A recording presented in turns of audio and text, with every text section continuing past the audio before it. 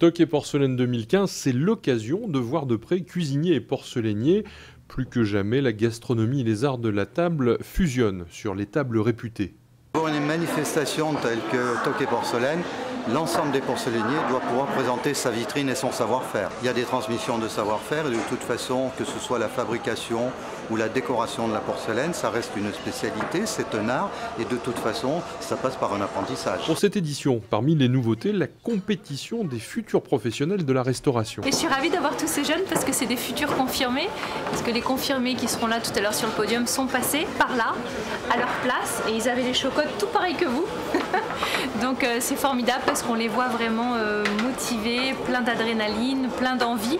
Donc ça c'est chouette d'aller sur ce genre d'émotions, de sentiments, et moi je suis sûre qu'ils vont cartonner. Ils avaient un cahier des charges en termes de coûts, donc 25 € pour faire 2 recettes. Ils ont fait les courses dans les halles ce matin et puis maintenant ils vont devoir réaliser la recette qu'ils ont prévue. Ils ont un timing serré, 45 minutes, donc c'est quelque chose d'assez assez rapide. Alors c'est des côtelettes d'agneau qui va griller à la poêle avec un jus de romarin accompagné de céleri et de carottes.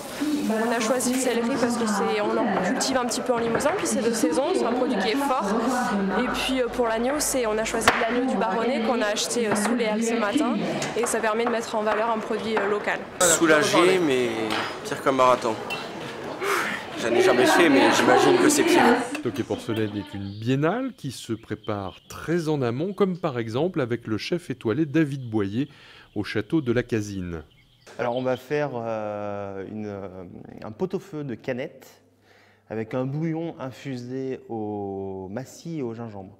Car en fait, on va mettre en avant une cloche de Sylvie Coquet qui va permettre de diffuser tous ces arômes. Et voilà. J'ai préféré m'adapter à l'assiette que voulait mettre en avant Sylvie Coquet, c'est-à-dire en l'occurrence l'assiette Aquilon, avec une cloche très design.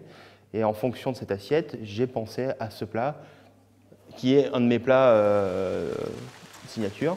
Dans Toc et Porcelaine, il y a une partie où évidemment les spectateurs peuvent déguster des petites mises en bouche. Et donc avec Sylvie, on a pensé faire une petite mise en bouche en feuilles d'artichaut.